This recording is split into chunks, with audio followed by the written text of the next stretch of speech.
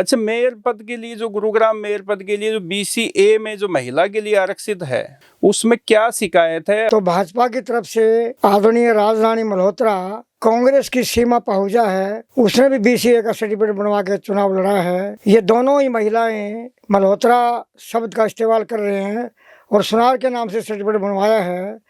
तो मल्होत्रा जो है वो हमारी BC की लिस्ट में कहीं भी नहीं है। अच्छा, आप कैसे दावा करते हैं कि भाई ये BCA में नहीं आते या पिछड़ा वर्ग में नहीं आते?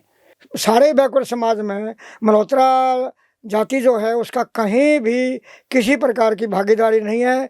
अच्छा, तो समिति की तरफ से ये शिकायत आपने कहाँ पे दी और किसको दी है शिकायत? हमने ADC कम रिटर्निंग ऑफिसर गुरुग्राम को शिकायत दर्ज कराई है। क्या कार्रवाई हुई है आपकी शिकायत पे? क्योंकि इसके लिए तो मतदान भी हो चुके हैं। अब मेरे हाथ से बात जा चुकी है, आप स्टेट इलेक्शन कमीशन को रिप्रेजेंट करो। चुनाव हो चुका, मतदान हो चुका है, 12 मार्च को रिजल्ट भी आ जाएगा।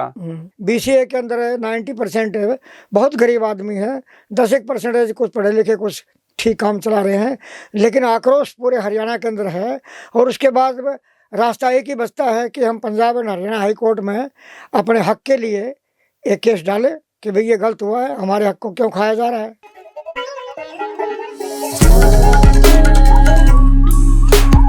नमस्कार दोस्तों, हम गुरुग्राम मेयर पद के लिए BCA कैटेगरी से जो भाजपा कांग्रेस के प्रत्याशियों ने चुनाव लड़ा है, उनके आरक्षण को लेकर शांता कुमार आर्य जी ने एक शिकायत दी है कि ये BCA कैटेगरी में नहीं आते।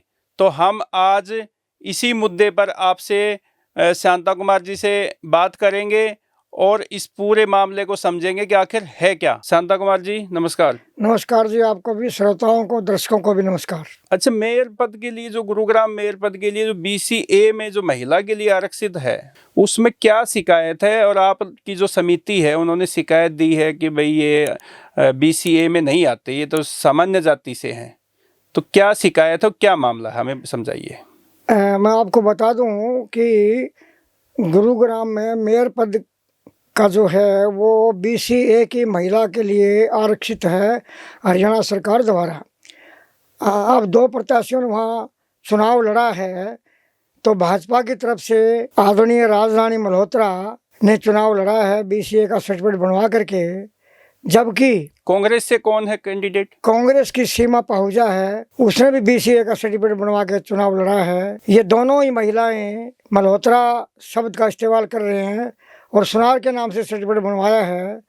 तो मल्होत्रा जो है वो हमारी BC की लिस्ट में कहीं भी नहीं है और इनका व्यवसाय जो है वो सुनार पड़े का है, वरना ये सवर्ण बिरादरी में है, खत्री और अरोड़ा वंश में आते हैं। ये जैसा हमें पता लगा है, ये सामाजिक रूप से पिछड़े वर्ग में कहीं भी नहीं है, कहीं भी दर्ज नहीं है मल्होत्रा आदि।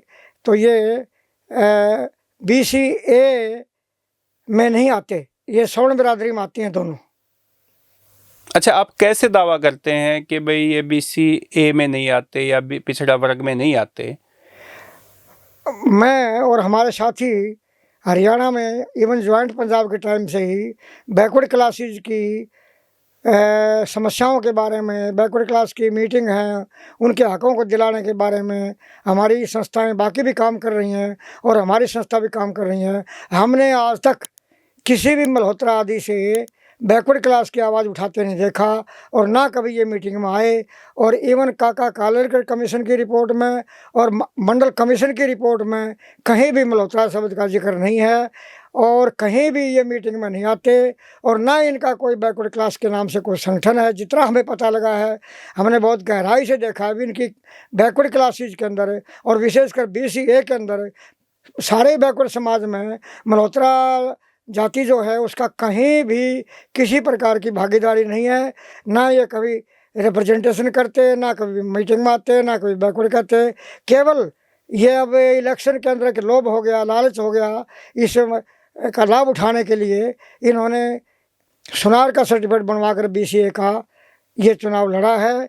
और BCA का सर्टिफिकेट बनने में भी ये सुनार तो कभी क्लेम करते नहीं, मल्होत्रा लिखते हैं और मल्होत्रा सवर्ण बिरादरी में आते हैं। दोनों ही कैंडिडेट सवर्ण बिरादरी की हैं, अरोड़ा हैं या खत्री हैं, ये BCA में नहीं आते। अच्छा, ये हरियाणा प्रदेश पिछड़ा वर्ग एक कल्याण समिति आपने बनाई थी, कब बनाई थी और इसमें कौन कौन लोग हैं जो पिछड़ा वर्ग समाज के हैं?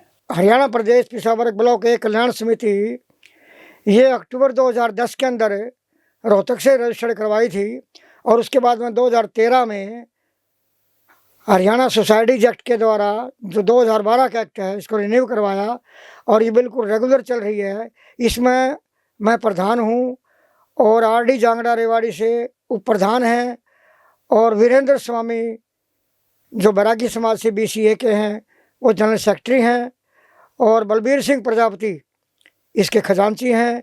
बाकी मेंबर जो 8-9 हैं वो भी BCA की विभिन्न बिरादरियों के हैं। अच्छा, तो समिति की तरफ से ये शिकायत आपने कहाँ पे दी और किसको दी है शिकायत? अब गुरुग्राम मेयर पर जो हमें एतराज़ है कि ये BCA के नहीं हैं, तो मैंने और मेरे 2 साथी गुड़गांव में हैं, मनवार लाल DSP रिटायर्ड और यशपाल प्रजापति, उन दोनों ने और मैंने बतौर प्रधान कल्याण समिति और उधर से संभवतः कैप्टन पवन कुमार अंचल हमने ADC कम रिटर्निंग ऑफिसर गुरुग्राम को शिकायत दर्ज कराई है और जो इलेक्शन कमिश्नर गुड़गांव उनको भी शिकायत दी है और स्टेट इलेक्शन कमिश्नर को भी हमने शिकायत ईमेल से भी की है और रजिस्टर्ड डाक द्वारा भी भेजी है।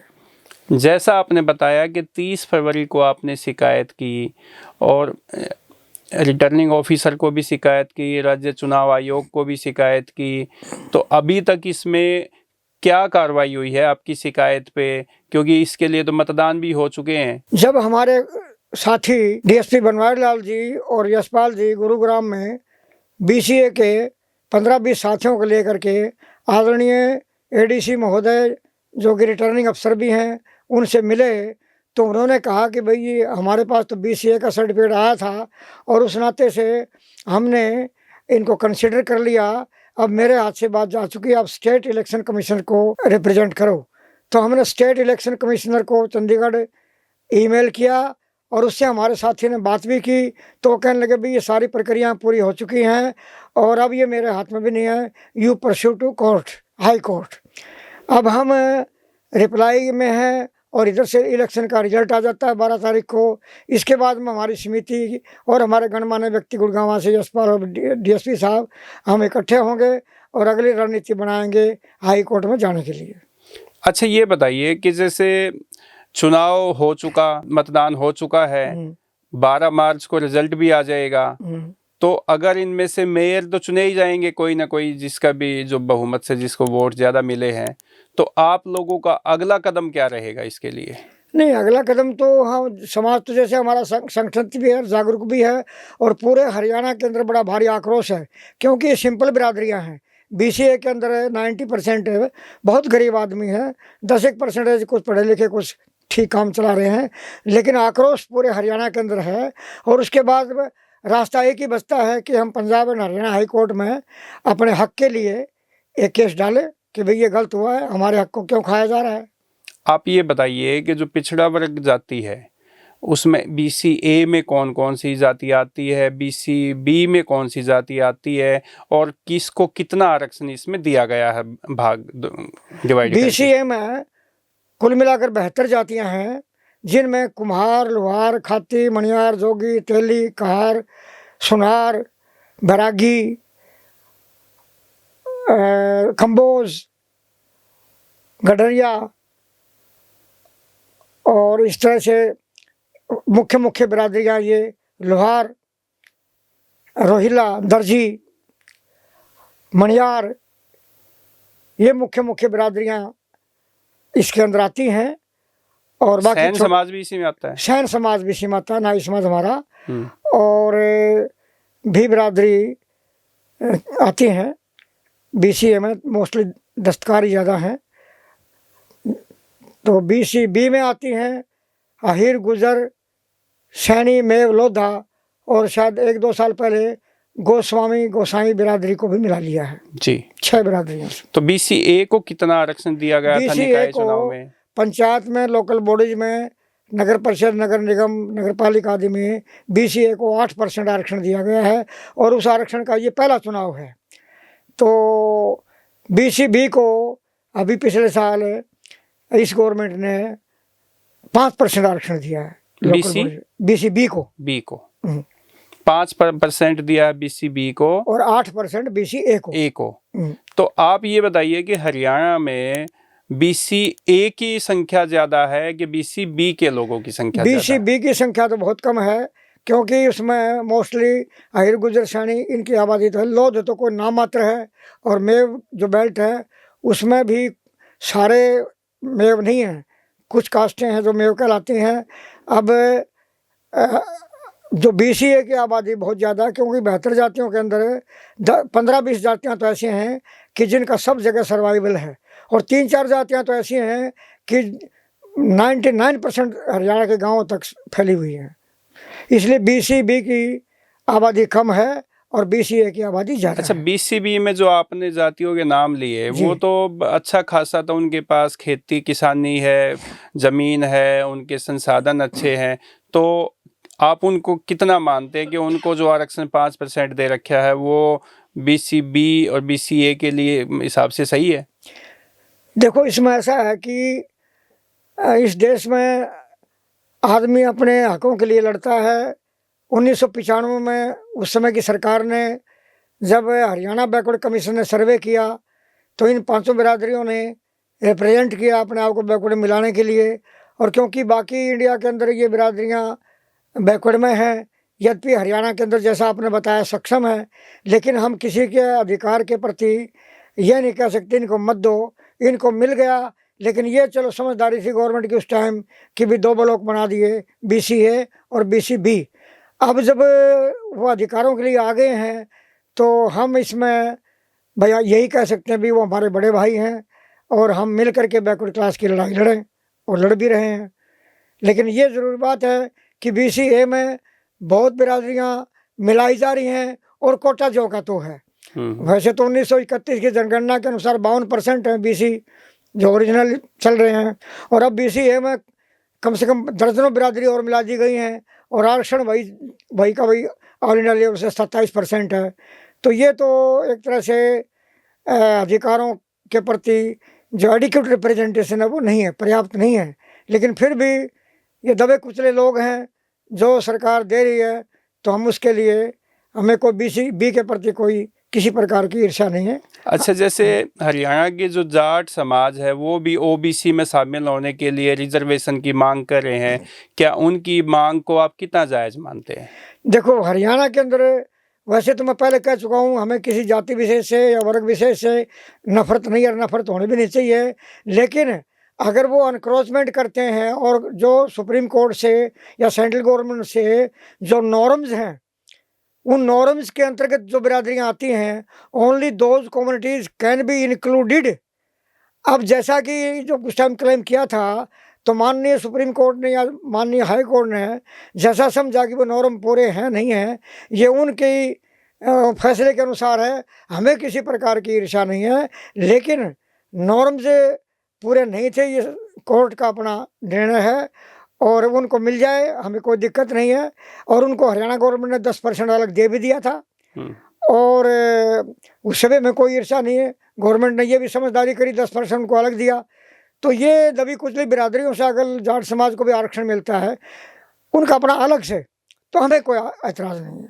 अच्छा, आरक्षण जो है वो आर्थिक आधार पे, सामाजिक आधार पे होना चाहिए, इसकी आप वकालत करेंगे कि आप इसके बारे में कुछ और कोई आपके पास ऑप्शन है देखिए, इसका? बाबा साहब भीमराव अम्बेडकर बहुत ही विद्वान थे। उन्होंने भारतीय संविधान में धारा 340 में क्लियर किया है कि जो सामाजिक और शैक्षणिक रूप से पिछड़े हैं, उनको समाज की मुख्य धारा में लाने के लिए आरक्षण देना जरूरी है। इकोनॉमी का आधार तो बहुत बाद में, जब 1992 में सुप्रीम कोर्ट ने क्रिमिनल लागू किया, तो तीसरे नंबर पर इकोनॉमी का आधार भी कर लिया। लेकिन इसका जो मूल बात है वो सोशली एजुकेशनली बैकवर्ड हों, उनको ही आरक्षण दिया जाए।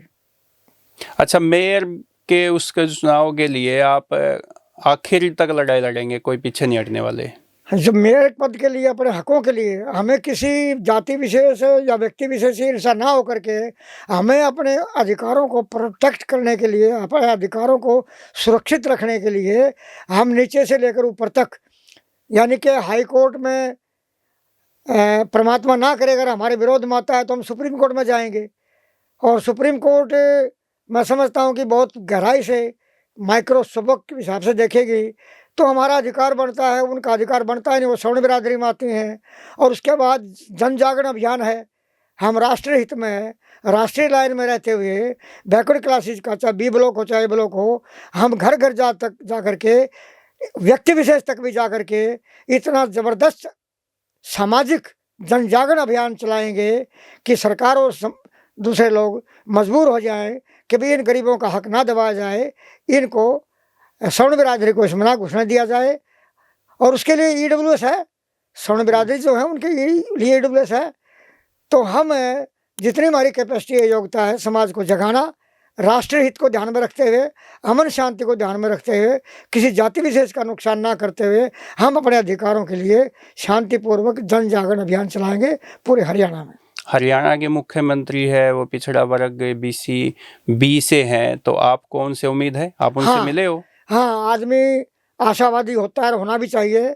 हम चूँकि इलेक्शन की दिनों में तो मिल नहीं सकते थे और इलेक्शन के 12 तारीख के फैसला आ जाएगा, उसके बाद में हमारे पिछड़ा वर्ग के A ब्लॉक और B ब्लॉक दोनों इकट्ठे होकर के उसमें जितने भी पैरेलल संगठन हैं या व्यक्ति विशेष या गणमान्य व्यक्ति हैं, विद्वान हैं, हम सब इकट्ठे होकर के आदरणीय माननीय नायब सिंह सैनी मुख्यमंत्री हरियाणा सरकार से मिलेंगे और अपनी इस हमारा जो अधिकार के ऊपर डाका डाला है इसके बारे में हम उनको अपने ढंग से कन्विंस करेंगे और हम उम्मीद करते हैं कि हमारी सुनवाई होगी। अच्छा शांता कुमार जी, ये बताइए कि जो उन्होंने अपने मेयर पद के लिए जो आरक्षित जो सीट है वहाँ के जो प्रत्याशी है कांग्रेस और बीजेपी के, उन्होंने BCA का सर्टिफिकेट बनवाया कैसे? ये करप्शन है, ये कोई सिस्टम में कोई खामियां है, या कैसे है? कोई पैसे दे के ऐसा हुआ कि ये भ्रष्टाचार है, क्या है? तो आप इसके बारे में थोड़ा डिटेल से हमें बताइए।